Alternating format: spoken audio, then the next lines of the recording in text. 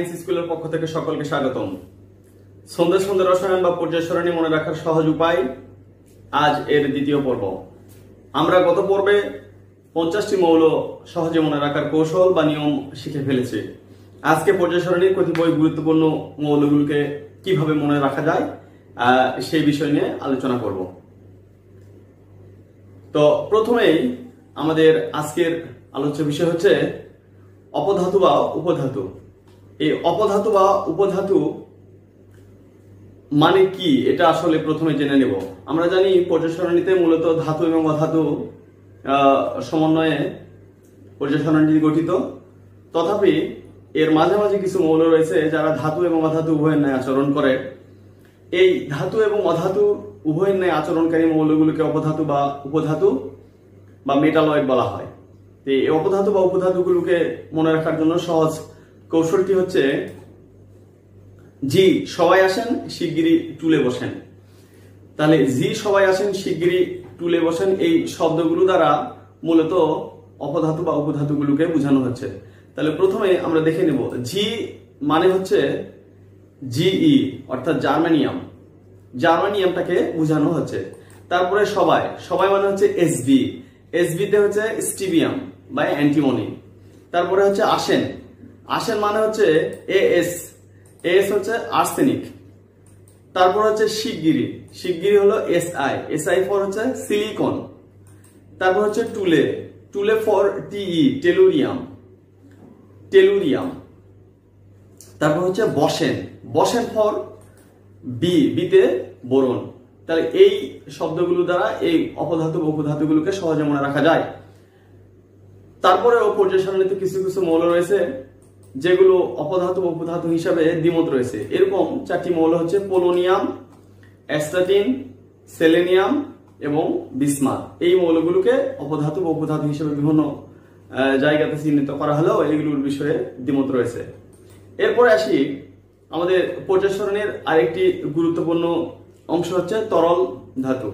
তরল ধাতুগুলোর মধ্যে কি কি রয়েছে এবং সেগুলো মনে রাখার জন্য সহজ পদ্ধতি বা ছন্দটি হচ্ছে ফ্রেন্ডের বাড়িতে গেলাম হাজির সাথে।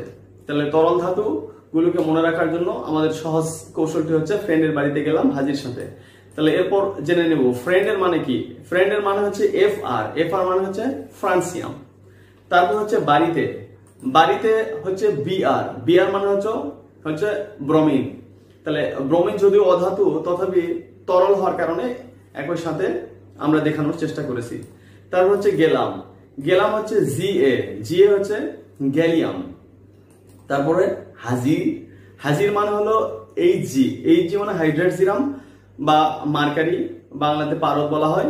সাথে, সাথে ফর সিএস, সিএস মানে হচ্ছে সিজিয়াম। তাহলে এই মৌলগুলোকে মৌলগুলো পর্যায় সারণীতে তরল হিসেবে অবস্থান করে। এরপর আমরা জেনে নেব পর্যায় সারণীর আরেকটি গুরুত্বপূর্ণ অংশ হচ্ছে মুদ্রা ধাতু, কয়েনেজ মেটাল, অর্থাৎ যে সকল মৌলগুলো দ্বারা প্রাচীন কাল থেকে বিভিন্ন মুদ্রা তৈরিতে ব্যবহার হয়ে আসে সেগুলি হচ্ছে মুদ্রা ধাতু। তাহলে মুদ্রা ধাতুগুলো মনে রাখার কৌশল হচ্ছে কুলাঙ্গার আজ আসবে। তাহলে কুলাঙ্গার শব্দটি দ্বারা বোঝানো হচ্ছে সিইউ, কুলাঙ্গার ফর সিইউ মানে হচ্ছে কপার। তারপর হচ্ছে আজ, আজ ফর হচ্ছে এজি আর্জেন্টাম, আর্জেন্টাম মানে হচ্ছে সিলভার। এরপর হচ্ছে আসবে, আসবে মানে হচ্ছে এইউ, এইউ হচ্ছে অরাম, অরাম মানে হচ্ছে গোল্ড বা সোনা। তাহলে এই কুলাঙ্গার আজ আসবে এরকম 3টি ধাতু মোটামুটি মুদ্রা ধাতু হিসেবে পরিচিত এবং এই মুদ্রা ধাতুগুলো আমাকে এইভাবে সহজে মনে রাখতে পারবো। এরপর আসি আমাদের পরের অংশ হচ্ছে নরম ধাতু। পর্যায় সারণীতে কিছু মৌল রয়েছে যেগুলো খুবই নরম, যেগুলোকে কেঁচি দ্বারা কাটা যায়। তাহলে সেগুলো মনে রাখার কৌশল হচ্ছে কে না কে পাবে, অর্থাৎ কে না কে পাবে। তাহলে প্রথম কে দ্বারা বোঝানো হচ্ছে কে অর্থাৎ ক্যালিয়াম, পটাশিয়াম। তারপরে না, না হচ্ছে Na অর্থাৎ সোডিয়াম। তাহলে এই এ না দ্বারা সোডিয়ামকে বোঝানো হচ্ছে। পরের কে, পরের কে হচ্ছে Ca ক্যালসিয়াম। তাহলে পরের কেটা হচ্ছে ক্যালসিয়াম। তারপর পাবে, পাবে ফর প্লাম্বাম বা লেড। তাহলে এই 4টি মৌল মোটামুটি এগুলো খুবই নরম, এগুলো সহজেই কাটা যায়। তাহলে নরম ধাতুগুলোকে এভাবে মনে রাখা যায়। এরপরে আসি অভিজাত ধাতু, যে ধাতুগুলো সাধারণত বিভিন্ন প্রাকৃতিক দুর্যোগ বা প্রাকৃতিক যে সমস্যাগুলো আছে এগুলোর দ্বারা সহজে ক্ষয়প্রাপ্ত হয় না এবং দীর্ঘস্থায়ী হিসাবে থাকে, সেগুলো অভিজাত ধাতু হিসেবে পরিচিত। তাহলে এই অভিজাত ধাতুগুলোকে মনে রাখার জন্য সহজ কৌশলটি হচ্ছে প্লাবন আজ পিটাবে আমায়। তাহলে প্লাবন মানে হচ্ছে পিবি, প্লাবন ফর পিবি অর্থাৎ প্লাম্বাম বা লেড।